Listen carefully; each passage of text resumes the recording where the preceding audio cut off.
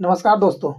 तो आज हम लोग एक फिर दरोगा का सेट, दरोगा मेंस का जो 1275 सीट के लिए उसका हम लोग एरोटेरिया का आज हम लोग छठा सेट करने जा रहे हैं। एरोटेरिया का छठा सेट करने जा रहा है। तो देखिएगा मुख्य परीक्षा, तो हम लोग इससे पहले 5 सेट हम लोग करा चुके हैं। इसमें टोटल 15 सेट दिया हुआ है, तो हम लोग 5 सेट पहले कर चुके हैं। तो आज देखते हैं हम लोग छठा सेट, ठीक है। तो दोस्तों अगर नया होंगे तो आप लोग इस चैनल को ज्वाइन कर लीजिएगा और लाइक कर दिए और कमेंट कर दिएगा और बेल आइकन दबा लीजिएगा ताकि आपका नोटिफिकेशन पहुंच सके। तो थैंक यू। चलते हैं हम लोग पहला क्वेश्चन देखते हैं दोस्तों। तो आज हम लोग देखते हैं, आए हैं पहला क्वेश्चन पर। सेट नंबर छठा एडिटोरियल मीन्स दरोगा 1275 सीट के लिए। तो एक सीट पक्का करना है, तो आप लोग आइए आजमाइए। पहला क्वेश्चन आते हैं, कह रहा है कि भारत का कौन सा हिस्सा मुख्य रूप से पल्लव तथा चालुक्य वंश द्वारा शासित था। तो पहला का हो जाएगा दक्षिणी भाग, कौन होएगा? 3 नंबर। दक्षिण भाग में कौन कौन था? पल्लव चालुक्य का वंश का शासन था उस पे।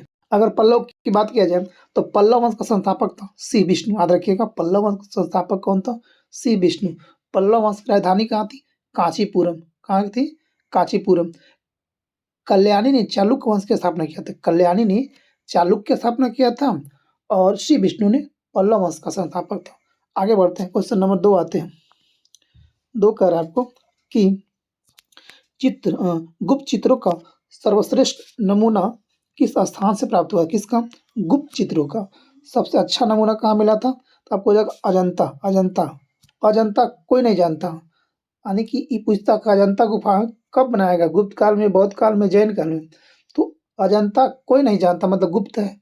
आधा क्या गुप्त काल में इसको बनाया गया अजंता का। आ गया तो अब देखते। अच्छा, अजंता गुफा कहाँ पे है? तो महाराष्ट्र में औरंगाबाद एक जिला पड़ता, वहीं पे होगा।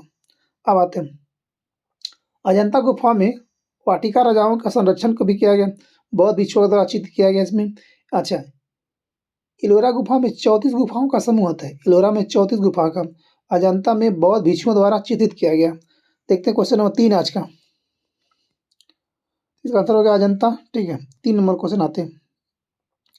3 क्वेश्चन कह रहा है कि छठी शताब्दी ईसा पूर्व में पूर्व का सदस्य, पूर्व का मत्स्य महाजनपद। देखते हैं हम लोग। 3rd क्वेश्चन कर रहा है कि छठी शताब्दी ईसा पूर्व में मत्स्य महाजनपद कौन सा? 16 महाजनपद है टोटल, अंगुत्तर निकाय में किया गया है। तो उसमें से कह रहा है कि छठा शताब्दी ईसा पूर्व में एक मत्स्य की बात कर रहा है कि मत्स्य महाजनपद कहाँ है? तो आपको हो जाएगा राजस्थान में। अच्छा, मत्स्य महाजनपद की राजधानी कहाँ थी? विराटनगर। विराटनगर इसलिए नाम दिया गया क्योंकि मत्स्य महाजनपद का जो स्थापना किया था उसका नाम था विराट नामक राजा द्वारा किया गया था। अच्छा, अंग महाजनपद की राजधानी कहाँ होती? चंपा। गंधार का तक्षशिला और मत्स्य का विराटनगर। देखते हैं क्वेश्चन नंबर 4 देखते हैं। 4 कह रहा कि अशोक का राज्याभिषेक होने से पहले वह कहाँ का राज्यपाल था? तो 4 का आपको 1 में उज्जैन। उज्जैन कहाँ पड़ता? मध्य प्रदेश में। कहाँ पे? मध्य प्रदेश में। अशोक किसका पुत्र था? तो बिंदुसार का बेटा था अशोक। किसका था बेटा? बिंदुसार का बेटा अशोक था। अशोक का जो राज्याभिषेक हुआ था 269 ईसा पूर्व हुआ था। किसमें? 269 ईसा पूर्व हुआ था। अशोक में पुराणों को अशोकवर्धन कहा गया है। किसमें कहा गया? अशोकवर्धन कहा गया है। आगे देखते हैं, क्वेश्चन नंबर 5 में आते हैं लोग। 5 कह रहा है कि नवपाषाण काल में प्रचुर मात्रा में हड्डी के उपकरण कहाँ से प्राप्त किया गया था? तो आपको मिलेगा चिरांद। चिरांद कहाँ पड़ता है? बिहार में पड़ता है। कहाँ पड़ता है? बिहार में। चिरांद बिहार में पड़ता है जी। आगे देखते हैं, जो खासकर मुख्य रूप से हिरण के सींगों से बना होता है, ठीक है। आगे देखते हैं हम लोग, क्वेश्चन नंबर 6 आते हैं। 6 का क्वेश्चन आपको मिलाना, आपको इसे मिलाना क्या है कि नादिर शाह ने 1739 ईस्वी में दिल्ली पर आक्रमण किया था। ये बिल्कुल आपको सही बात है। अहमद शाह अब्दाली ने एक अफगान शासक था, तो दोनों सही है। 6 का आपको हो जाएगा 1 नंबर, दोनों सही है। नादिर शाह ने 1739 में दिल्ली पर आक्रमण किया था। अहमद शाह अब्दाली ने एक अफगान शासक था, बिल्कुल सही बात है। उस समय दिल्ली का शासक कौन था? मोहम्मद शाह। उस समय कौन था? मोहम्मद शाह था। नादिर शाह को ईरान का नेपोलियन भी कहा जाता है, याद रखिएगा। अच्छा क्वेश्चन है, ईरान का नेपोलियन नादिर शाह। हाँ, नादिर शाह ने इसने भारत पर 8 बार आक्रमण किया था। अहमद शाह अब्दाली का वास्तविक नाम क्या था? अहमद शाह दुरानी अफगान शासक था ही, इसने 8 बार भारत आक्रमण किया था। कौन? अहमद शाह अब्दाली। आगे देखते हैं क्वेश्चन नंबर 7। क्वेश्चन 7 कह रहा है कि लिखित संविधान अमेरिका में कब लागू हुआ था? लिखित संविधान अमेरिका में कब लागू हुआ था? 1789 में। आगे देखते हैं क्वेश्चन नंबर 8। 8 कह रहा है कि मुगल बादशाह शाहजहां के बेटे थे जिन्हें एक महान महान्यवादी के रूप में जाना जाता है। कब था? दारा शिकोह। दारा शिकोह मुगल बादशाह शाहजहां का सबसे बड़ा बेटा था, जिन्हें एक महान महानवादी और रूप में जाना गया। अच्छा, दारा शिकोह, शाह शुजा, औरंगजेब और शाहजहां, इनके 4 पुत्र थे। कौन कौन? दारा शिकोह, शाह शुजा, औरंगजेब, शाहजहां। ठीक है। लेनपुन के द्वारा दारा शिकोह लघु अकबर की संज्ञा दिया गया था। आगे देखते हैं। अच्छा, सामूगढ़ का युद्ध में कब हुआ था? 1658 में दारा शिकोह और औरंगजेब के बीच युद्ध हुआ था। क्वेश्चन 9 में आते हैं। कह रहा है कि किस कारण से मोहम्मद बिन तुगलक को असफल व्यक्ति कहा गया था? क्योंकि 9 का आपको 2 नंबर, वह व्यवहारिक राजनेता नहीं था, इसीलिए वह असफल हो गया था। आगे देखते हैं क्वेश्चन नंबर 10। क्वेश्चन नंबर 10 में कहा है कि अंग्रेजों ने निम्नलिखित स्थानों पर किस क्रम में अपने व्यापार केंद्र स्थापित किए? उनकी सही कालक्रम क्या हो जाएगा? अच्छा, अब देखते हैं। सूरत, मद्रास, मुंबई, कोलकाता। तो पहला बार कहाँ किया था? सूरत में। कब किया था? सूरत में किया था आपको 1613 में। 1613 में। अच्छा, उसके बाद आपको मद्रास में कब किया था? तो 1639 में। कब? 1639 में। उसके बाद आते हैं मुंबई में कब किया था? वहीं किया था 1687 में। कब? 1687 में। उसके बाद किया था कलकत्ता में। तो कलकत्ता में कब किया था? ये वो किया था 1698 में। कब? 1698 में। तो पहला कहाँ पे? सूरत में, मद्रास में, मुंबई में, कलकत्ता में। अब देखते हैं क्वेश्चन नंबर 11 नंबर 10 का 3 11 देखते हैं। क्वेश्चन 11 कह रहा है कि बंगाल विभाजन के विषय में किसने कहा था? विभाजन हमारे ऊपर बम की तरह गिरा है। कौन बोला था? सुरेंद्र नाथ बनर्जी। कौन बोला था? सुरेंद्र नाथ बनर्जी। आगे देखते हैं क्वेश्चन नंबर 12 कह रहा है कि महात्मा गांधी ने सिविल अवज्ञा के बारे में प्रेरणा किससे लिया था? सिविल अवज्ञा के बारे में। तो 12 का आपको 1 नंबर डेविड थोरो से लिए थे ना। आगे देखते हैं। अच्छा, सविनय अवज्ञा आंदोलन कब हुआ था? 12 मार्च 1930 को गांधी जी ने प्रसिद्ध दांडी मार्च के साथ अहमदाबाद से आरंभ किए थे। गांधी जी ने 6 अप्रैल 1930 को दांडी पहुंचे थे। शुरुआत कब किया था? ये पूछता है कि 12 मार्च को सविनय अवज्ञा आंदोलन 1930 को शुरू किया गया था। दांडी मार्च अहमदाबाद से प्रारंभ किए थे। अब पहुंचे थे कब दांडी? तो 6 अप्रैल 1930 को दांडी पहुंचे थे। क्वेश्चन नंबर 13 आते हैं। 13 कह रहा है कि किस अधिनियम की महत्वपूर्ण विशेषता प्रांतीय स्वायत्तता थी? तो 13 का आपको हो जाएगा 1 नंबर 1935। सब अगर हम लोग का संविधान की अगर बात किया जाए, सबसे ज़्यादा अगर प्रभाव हम लोग का संविधान में है तो यहीं से लिया गया। 1935 के अधिनियम से सबसे ज़्यादा चर्चा किया, 70% यहीं से लिया गया, 70%। आगे देखते हैं क्वेश्चन नंबर 14। क्वेश्चन 14 आते कह रहा है कि लॉर्ड क्लाइव क्या किया था? बंगाल द्वैध शासन। लॉर्ड क्लाइव क्या किए थे? बंगाल द्वैध शासन। अच्छा, लॉर्ड वेलेस्ली क्या किए थे? सहायक संधि लॉर्ड वेलेस्ली। अच्छा, लॉर्ड डलहौजी राज विलय नीति। अच्छा, लॉर्ड कर्जन ये क्या किए थे? भारतीय विश्वविद्यालय अधिनियम लाया था। अच्छा, कब लाया था? 1905 में। अच्छा, देखते हैं लॉर्ड क्लाइव क्या कर रहा है? बंगाल में द्वैध शासन कब लाया था? Lord Clive. वेलेस्ली क्या किया था? ये किया था सहायक संधि। अच्छा, डलहौजी क्या किया था? राज हड़प नीति। अच्छा, कर्जन क्या था? भारतीय विश्वविद्यालय अधिनियम लाया था। क्वेश्चन नंबर 15 देखते हैं आज का। 15 बोल रहा है कि स्वामी विवेकानंद का मूल नाम क्या था? क्या नाम था? नरेंद्र नाथ दत्त नाम था। अच्छा, अब देखते हैं स्वामी विवेकानंद का 1893 में एक अमेरिका में दिए थे भाषण। कहाँ पे? शिकागो में। ठीक है, उन्हीं के नाम से स्वामी विवेकानंद रखा गया था। क्या कह रहा है कि 93 में जब शिकागो में दिए थे भाषण, सम्मेलन में जाने से पहले खेतड़ी के राजा के सुझाव पर उन्होंने अपना नाम स्वामी विवेकानंद रखा था। अब देखते हैं क्वेश्चन नंबर 16 कह रहा है कि निम्नलिखित में से कौन सा एंजाइम एंजाइम युग्म अम्लीय पीएच पर क्रिया नहीं करता है। तो 16 का आपको हो जाएगा 3 नंबर ट्रिप्सिन और इमाइलेज। कौन? ट्रिप्सिन और इमाइलेज। क्वेश्चन नंबर 70 आते हैं। प्रत्यास्थता के मापक एसआई इकाई क्या होता है? तब प्रत्यास्थता का सत्रह हो जाएगा पास्कल। क्या हो जाएगा? पास्कल। 1 नंबर। 18 आते हैं लोग। क्वेश्चन नंबर 18 आते हैं कि यदि धरती को घूमने की गति यानी घूर्णन बढ़ा दी जाए तो भूमध्य रेखा पर पिंड का वजन क्या होगा? 18 का आपको हो जाएगा घट जाएगा। क्या हो जाएगा? पिंड का वजन क्या होगा? घट जाएगा। आगे देखते हैं 19 नंबर देखते हैं क्वेश्चन कह रहा है। 19 कह रहा है आपको कि कौन सा अस्थायी उत्तक पौधे को कठोर और मजबूत बनाता है? तो 19 का आपको हो जाएगा आंसर नंबर 4 दृढ़ उत्तक। इसको बोलते हैं दृढ़ उत्तक बोलते वही कठोर और मजबूत बनाता है पौधे को। आगे देखते हैं 20 नंबर क्वेश्चन कह रहा है। 20 कह रहा है कि किरचॉफ का नियम किसका परिणाम है? किरचॉफ का नियम किसका परिणाम होता है? विद्युत आवेश संरक्षण का होता है। विद्युत आवेश संरक्षण का होता है। 21 में आते हैं। 21 कह रहा है कि नशे में धुत होकर गाड़ी चलाने के लिए श्वास विश्लेषण परीक्षण में उपयोग किया जाने वाला कौन सा यौगिक होता है? 21 का आपका जाएगा K2Cr2O7। K2Cr2O7 इसको क्या कहते हैं हम लोग? पोटेशियम डाइक्रोमेट एवं क्रिस्टलीय आयनिक ठोस होता है पोटेशियम। आगे देखते हैं क्वेश्चन नंबर 22 में आते कह रहा कि कार्बोहाइड्रेट के अपघटनोपरांत अंतिम रूप से क्या बनता है? तो 22 का आपको हो जाएगा ग्लूकोज बनता है। क्या बनता है? 22 का 3 नंबर है। क्या हो जाएगा? ग्लूकोज। 23 में हम लोग आते हैं। 23 कह रहा कि खाद्य श्रृंखला क्या है? खाद्य श्रृंखला क्या होता है? ये आपको होता है एक जीव से दूसरे जीव को भोजन का स्थानांतरण।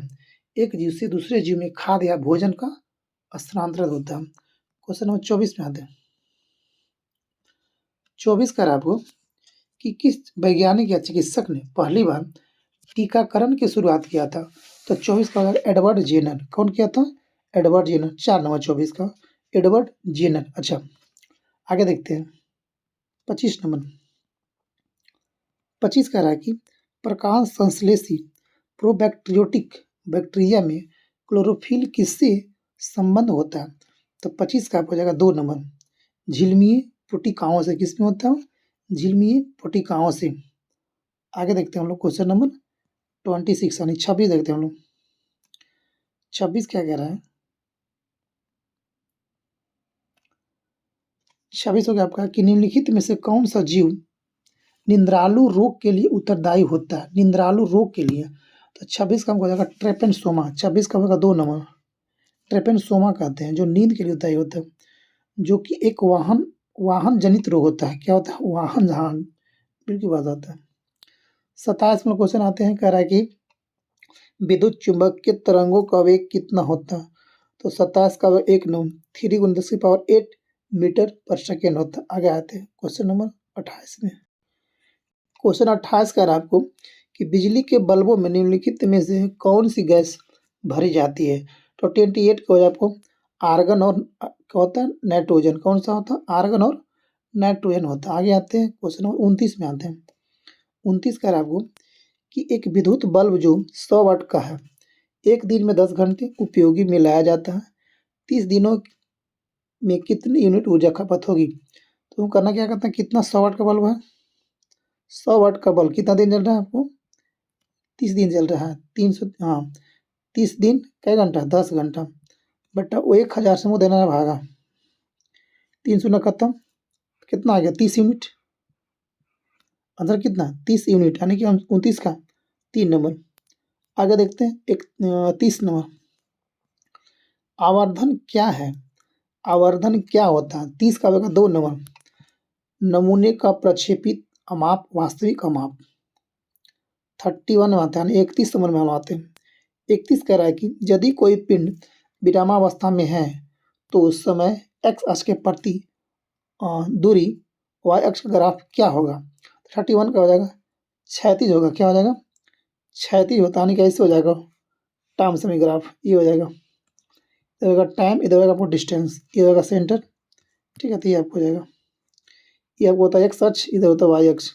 इधर एक्स पॉजिटिव होता है, इधर पॉजिटिव होता है, इधर होता है एक्स डैश, इधर होता है वाई डैश। ठीक है, तो आपको ये ऐसे हो जाएगा स्ट्रेट लाइन।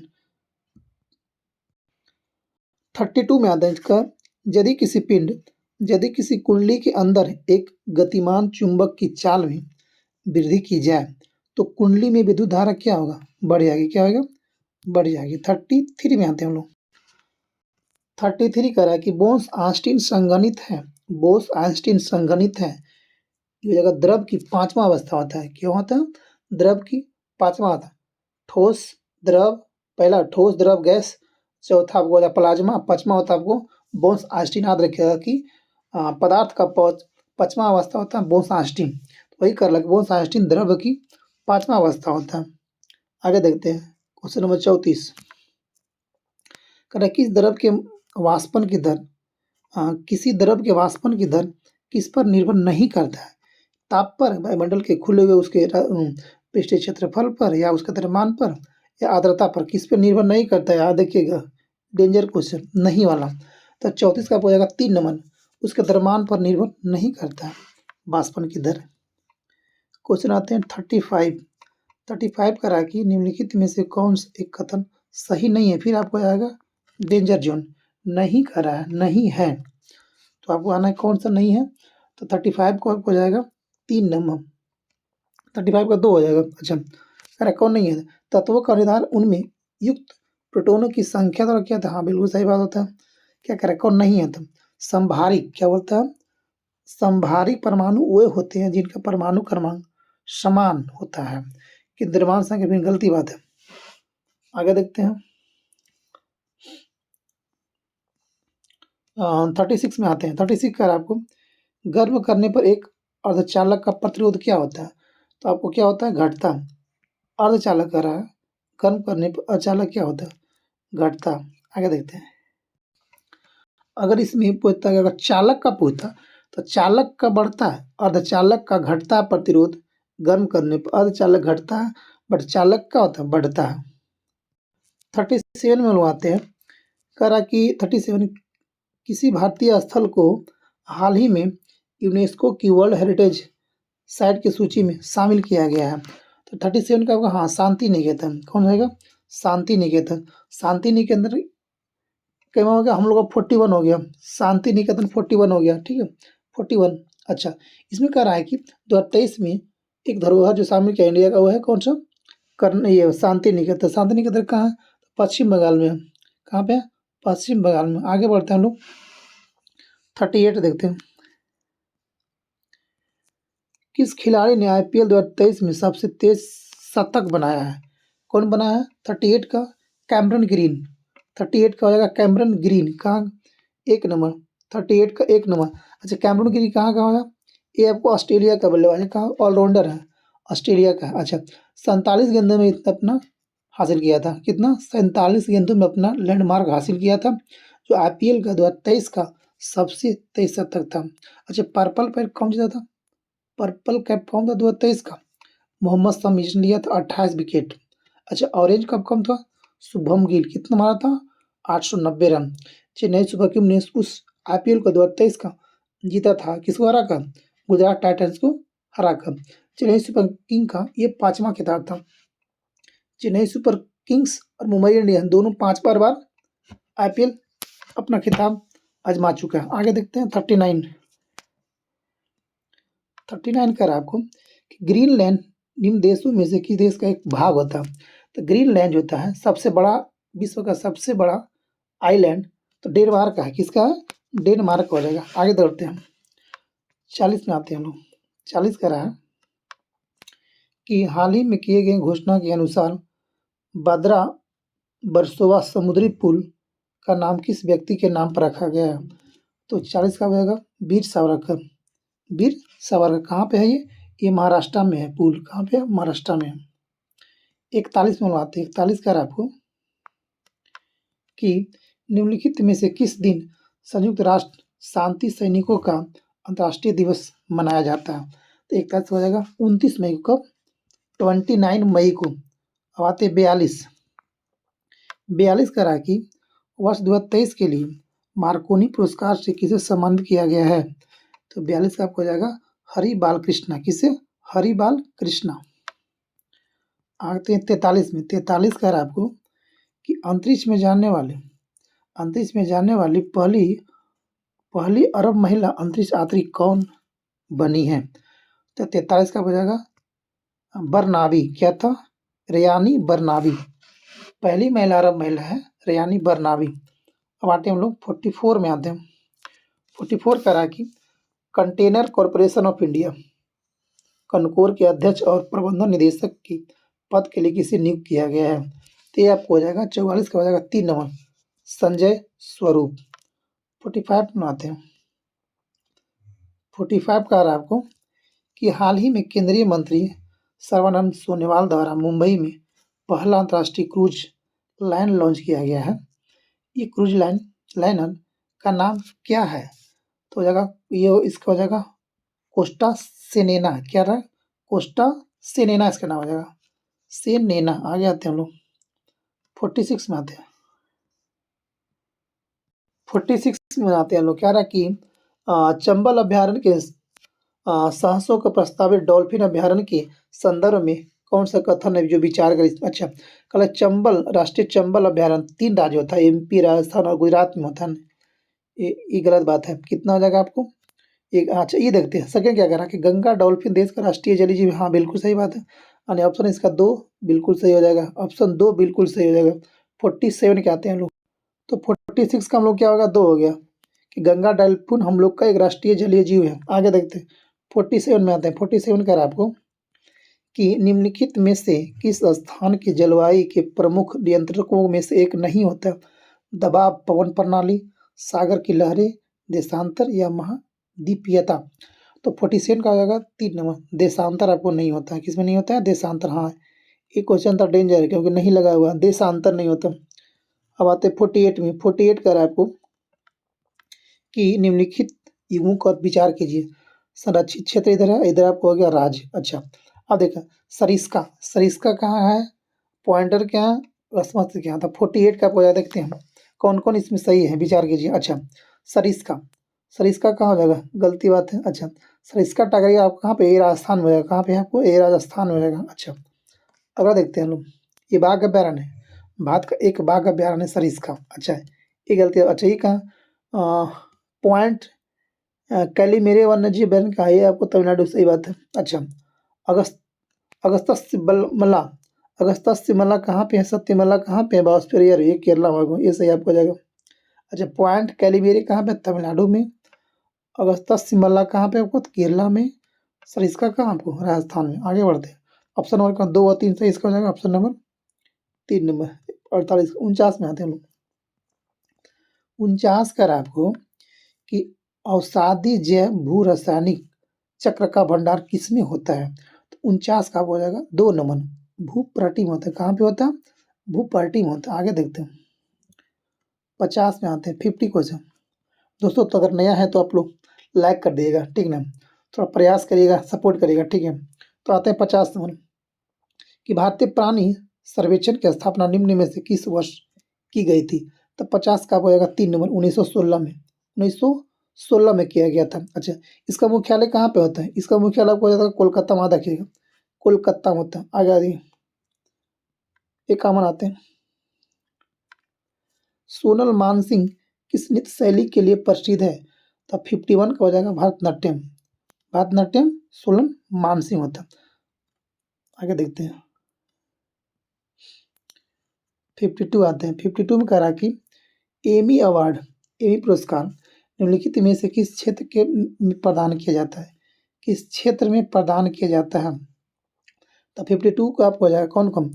कला प्रदर्शन, टेलीविजन उद्योग, उभरता हुआ मीडिया, सभी हो जाएगा आपको डी नंबर। 53 में आते हैं। 53 आपको बोल रहा है ओलंपिक में एक पदक जीतने वाली प्रथम भारतीय महिला पहलवान कौन है? साक्षी मलिक। कौन है? साक्षी मलिक, जो 2016 का ओलंपिक में 2016 का ओलंपिक रियो ओलंपिक में इतने कांस्य पदक जीता था। कौन? कांस्य पदक जीता था।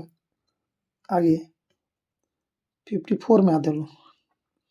4 कह रहा है कि निम्नलिखित में से कौन सा देश विश्व का सबसे अधिक यूरेनियम उत्पादन करने वाला देश है? तो 54 का बनेगा कजाकिस्तान। कजाकिस्तान का राजधानी कहाँ होता? अस्ताना। अस्ताना। 55 में 55 में आते हैं। कल ग्रुप ए है और ग्रुप बी में मिलाना है। मुख्यालय दिया हुआ, ठीक है। अंतर्राष्ट्रीय न्यायालय का मुख्यालय कहाँ? द हेग में। कहाँ पे? एक मिनट थोड़ा सा ऊपर कर लेते हैं तो अच्छा आएगा आपको। अंतर्राष्ट्रीय न्यायालय का द हेग में आ गया, ठीक है। कहाँ पे? द हेग में आपको जाएगा। अच्छा, खाद्य कृषि संगठन का कहाँ पे? रोम में। कहाँ पे? इटली, रोम में। अच्छा, यूनिसेफ का, यूनेस्को का पेरिस होता है, यूनिसेफ का हो जाएगा न्यूयॉर्क में आएगा, ठीक है। विश्व व्यापार संगठन का तो आपको जानना होगा था जिनेवा में। आगे बढ़ते हैं हम लोग। 56 में हम लोग आते हैं। 56 कर आपको कि 56 में कि निम्नलिखित में से जनजाति और राज्य की कौन सी जोड़ी सही नहीं है? फिर आपको आ गया नहीं वाला। तो नहीं वाला क्वेश्चन डेंजर होता है। अच्छा, भील गुजरात में, आपको बिल्कुल सही बात है, बिल सही है। गद्दी का हिमाचल में पाया था अभी, और लद्दाख जम्मू कश्मीर में पाया था। अच्छा, कोटा कहाँ? तमिलनाडु में था। कोटा नहीं कही राजस्थान में। कोटा तमिलनाडु का एक जनजाति है। कोटा जिला है राजस्थान का। अच्छा, टोडा, टोडा कहाँ पाएगा? टोडा कहाँ का? इधर यार 4 नंबर। 56 का आपको 4 रहेगा। टोडा कहाँ का? तमिलनाडु का है। टोडा कहाँ का? तमिलनाडु का। 57 का आते हैं। 7 का रहा कि बाद में न्यूनतम समर्थन मूल्य का निर्धारण कौन करता है? एमएसपी। एमएसपी जो होता है, जिसके लिए 2021-22 में जो किसान धरना पे थे, ठीक है। इस कौन जारी करता है? निर्धारण कौन करता है? ये करता है कृषि लागत एवं मूल्य उद्योग करता है। आगे देखिएगा 58 कह रहा है। 58 कह रहा है कि लाइकेन वायु प्रदूषण का एक प्राकृतिक संकेतक है।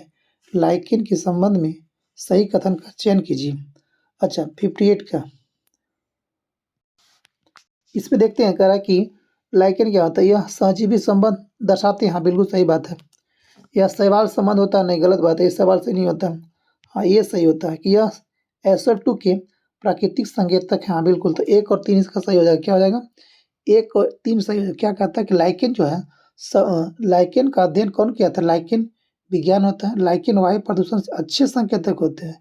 लाइकेन शैवाल और कवक की एक मिश्रित संरचना होती है। किसका? लाइकेन शैवाल और कवक का होता है कि मिश्रण होता है। आगे देखते हैं, 1 और 3 इसका सही हो जाएगा, यानी कि 1 3 सही आने का आंसर नंबर 2। 59 में आते हैं। 59 कह रहा है कि निम्नलिखित कृषि में उपलब्धता बढ़ाने का मार्ग होता है। कौन कौन होता है? तो 59 का हो जाएगा कौन कौन? अकार्बनिक उर्वरक एक तो होगा, बिल्कुल होगा। नहर सिंचाई होगा, ये भी होगा आपको। सतत फसल और गुणवत्ता बीज, तो 4 भी हो जाएगा। यानी कि नहर का सिंचाई, अकार्बनिक पदार्थ, कार्बनिक नहीं अकार्बनिक, और गुणवत्ता अच्छी क्वालिटी का बीज होना चाहिए। सतत सफल नहीं होना चाहिए। चलिए, तो क्या इसका आंसर कितना हो गया जी? 1 2 4। तो 1 2 4 कितना हो जाएगा? 4 नंबर ऑप्शन नंबर। आगे देखते हैं हम लोग 60 नंबर क्वेश्चन। 60 का रहा क्वेश्चन आपको कि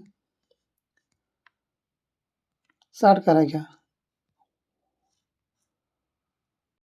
60 का रहा कि उत्तरी अमेरिका में नियाग्रा जलप्रपात किन 2 झीलों के बीच में स्थित होता है? तो 60 का आपको हो जाएगा 60 का आपको हो जाएगा 4 नंबर। कौन को? ओंटारियो और ईरी झील के बीच नियाग्रा जलप्रपात किन 2 झीलों के बीच है? तो ओंटारियो झील और ईरी झील के बीच। आगे नंबर 61 देखते हैं लोग। 61 कह रहा है आपको कि 2011 के जनगणना के अनुसार बिहार के किस जिले में सर्वोच्च लिंगानुपात दर्ज किया गया था? 61 का बजाएगा किशनगंज। कहाँ पे? किशनगंज में कितना था? 1000 महिलाओं सबसे अधिक कहाँ पे? 21 में 1021। 10 यानी कि 1000 पुरुष पर महिलाओं की संख्या 1021 था। आ गया था 62 में। आइए 1930 में बिहार में किसान आंदोलन का नेतृत्व किसने किया था? 1930 में बिहार में कौन किया था?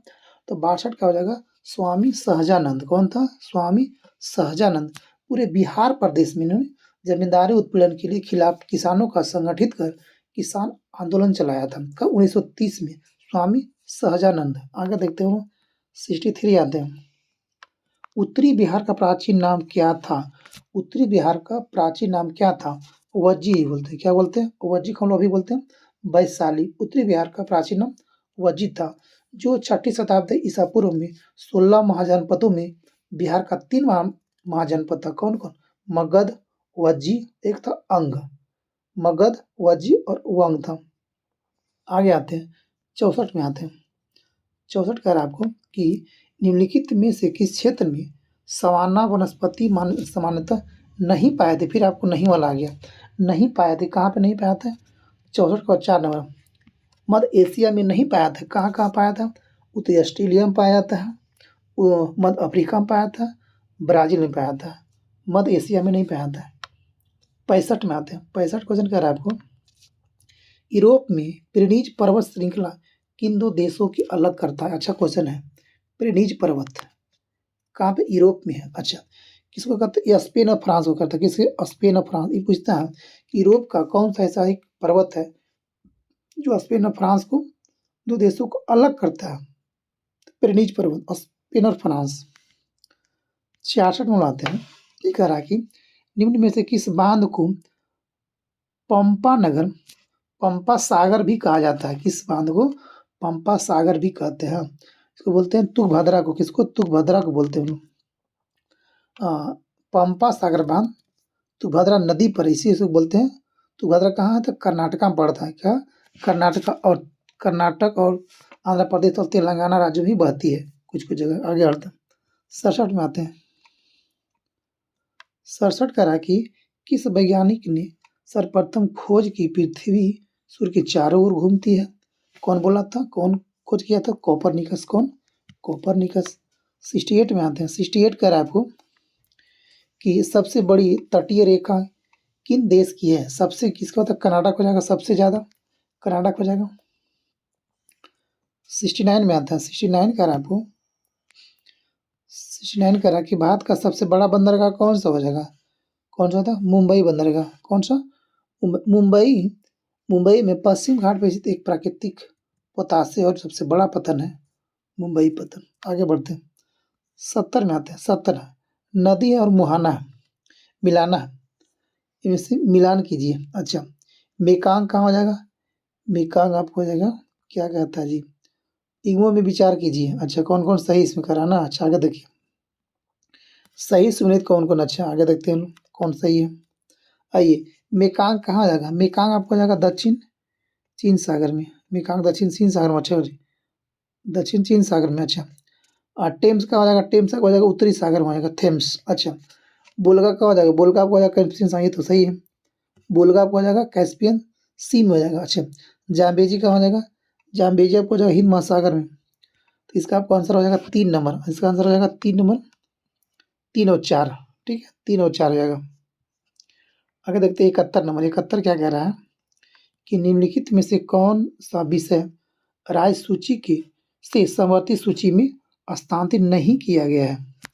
नहीं किया गया है। कौन नहीं गया? राज्य सूची से समवर्ती सूची में किसको नहीं ले आया गया है? 71 का होगा 2 नंबर, दिवालियापन और शोध अक्षमता को। 72 मनवाते हैं। 73 में आते हैं। कह रहा है 73वां संविधान संशोधन निम्नलिखित में से किस भारतीय राज्य में लागू नहीं होता है? तो 72 का आपको हो जाएगा कहाँ पे? मेघालय, गोवा, मिजोरम। तो कहाँ-कहाँ लागू नहीं होता? तो आपको मेघालय में नहीं होता है और मिजोरम में नहीं होता है। अच्छा, कह रहा है कि 73वां संविधान संशोधन कहाँ-कहाँ नहीं लागू होता है? तो मेघालय में, मिजोरम में, नागालैंड में भी नहीं होता और जम्मू कश्मीर में भी नहीं होता है। ठीक है, तो हम लोग बढ़ते 73 नंबर क्वेश्चन देखते हैं। 73 क्वेश्चन आपको कह रहा है कि भारतीय संविधान सभा ने संप्रभुत्व संस्था का दर्जा प्राप्त किया है। 73 का हो जाएगा 3 नंबर, 1947 के भारतीय स्वतंत्रता अधिनियम से किया गया। 74 मनवाते हैं। 74 कह रहा है आपको कि भारत के राष्ट्रपति द्वारा प्रकार को बदले बिना सजा की मात्रा में कम करने को क्या कहा जाता है? तो 74 का आपको बोलते हैं 3 नंबर, क्या बोलते हैं? परिहार बोलते हैं। क्या बोलते हैं? परिहार बोलते हैं। 75 बनाते हैं। 75 कह रहा है आपको कि निम्नलिखित में से किस राज्य की विधानसभा में सबसे अधिक सीट होता है? तो सबसे अधिक विधानसभा किसका हो जाएगा? पश्चिम बंगाल कितना होता है 294, पश्चिम बंगाल में हो जाएगा 294 हो जाएगा। महाराष्ट्र में हो जाएगा 288, ठीक है। अच्छा, मध्य प्रदेश में क्या होगा 230, 230। बिहार में 243, सबसे अधिक कहाँ हो जाएगा महाराष्ट्र में, आपको एक नंबर 75 का। 76 में आते हैं, सबसे अधिक यूपी में होता है 401 विधानसभा सीट। 76 आते हैं, पंचायती राज संस्थाओं को 29 कार्यों की सूची किस अनुच्छेद के तहत दी गई है। 76 का हो जाएगा 4 नंबर, अनुच्छेद 243 का जी, याद रखिएगा G4। 77 में आते हैं, 77 क्वेश्चन कह रहा है आपको कि 73वां संविधान संशोधन कानून की वैधानिक शुरुआत किस संविधान संशोधन बिल से हुआ था। 77 पर हो जाएगा 4 नंबर, 64वां संविधान संशोधन बिल के तहत हुआ था। अब आते हैं हम लोग 78 क्वेश्चन आते हैं। 78 क्वेश्चन कह रहा है आपको कि सॉरी 78 में आते हैं। 78 कह रहा है कि राज्य पुनर्गठन अधिनियम 1956 के तहत भारत संघ में कुल कितने राज्य एवं केंद्र शासित प्रदेश थे। तो 14 था राज्य और 6 था केंद्र शासित प्रदेश था। 78 का वह एक नंबर आ जाएगा। आगे देखते हैं 79 नंबर। 79 कह रहा है कि भारत के अटॉर्नी के संदर्भ में निम्नलिखित में से कौन सा कथन सही हो जाएगा। तो 79 का आपको कर रहा है कि एक व्यक्ति को अटॉर्नी जनरल के रूप में नियुक्त किया जाता है जो सर्वोच्च न्यायालय के न्यायाधीश के रूप में नियुक्त होने योग्य हो। हाँ बिल्कुल भाई, सही बात है, एक तो बिल्कुल सही बात है। सेकेंड क्या कह रहा है कि महानवादी को सर्वोच्च न्यायालय के न्यायाधीश के समान प्रक्रिया के मत से हटाया जा सकता है। नहीं, बिल्कुल नहीं। एक आपको सही हो जाएगा, ऑप्शन नंबर इसका एक, यानी कि सही, यानी कि अच्छा। हाँ, ये भी कह रहा है कि महान्यायवादी को सर्वोच्च न्यायालय के न्यायाधीश की समान प्रक्रिया के माध्यम से हटा। हाँ बिल्कुल सही बात, यानी कि 1 और 2 इसका दोनों सही हो जाएगा ऑप्शन, 1 और 2 दोनों सही, यानी कि 79 का आपको हो जाएगा एक नंबर हो जाएगा इसका, ठीक है। 79 का एक, 79 का सिर्फ आपको इसका आंसर जो है 79 का आंसर 4 होगा। इसका नियुक्त करने के लिए उच्च न्यायालय के न्यायाधीश के तुलना इसका ये कह रहा है कि भारतीय संविधान अनुच्छेद 76 के अनुसार राष्ट्रपति एक व्यक्ति को नियुक्त करता है अटॉर्नी जनरल। तो इनके लिए योग्य होना चाहिए सर्वोच्च न्यायालय के न्यायाधीश नियुक्त होने योग्य होना चाहिए, यानी कि एक नंबर सिर्फ न्यायाधीश के होना चाहिए। 77 में आते हैं। क्वेश्चन 80 में आते हैं कि भारत के एक राज्य में विधान परिषद की संरचना के संदर्भ में कौन सा कथन सही है। तो कह रहा है कि विधान परिषद में उस राज्य की विधानसभा की कुल सदस्यता के 1/3 से अधिक नहीं हो सकती। हाँ बिल्कुल सही बात होता है। दूसरा कह रहा है कि ये तो सही है। दूसरा कह रहा है कि किसी राज्य की विधान परिषद में कम से कम 40 सदस्य होना चाहिए। हाँ बिल्कुल सही, यानी कि दोनों सही हो जाएगा इसका। तो 80 का ऑप्शन नंबर दोनों सही था, यानी कि ऑप्शन नंबर एक नंबर। 80 का 81 देख ले हम लोग। 81, अच्छा 81 मैथ दोस्तों। तो यहाँ से हम लोग का ये अंतिम क्वेश्चन था 80, ठीक है दोस्तों। तो अगर आपको अच्छा लगे तो कमेंट करिएगा, तो लाइक करिएगा और सब्सक्राइब करिएगा ताकि आपको नोटिफिकेशन आते रहें, ठीक है दोस्तों। तो जय हिंद, जय भारत, वंदे मातरम दोस्तों। Thank you.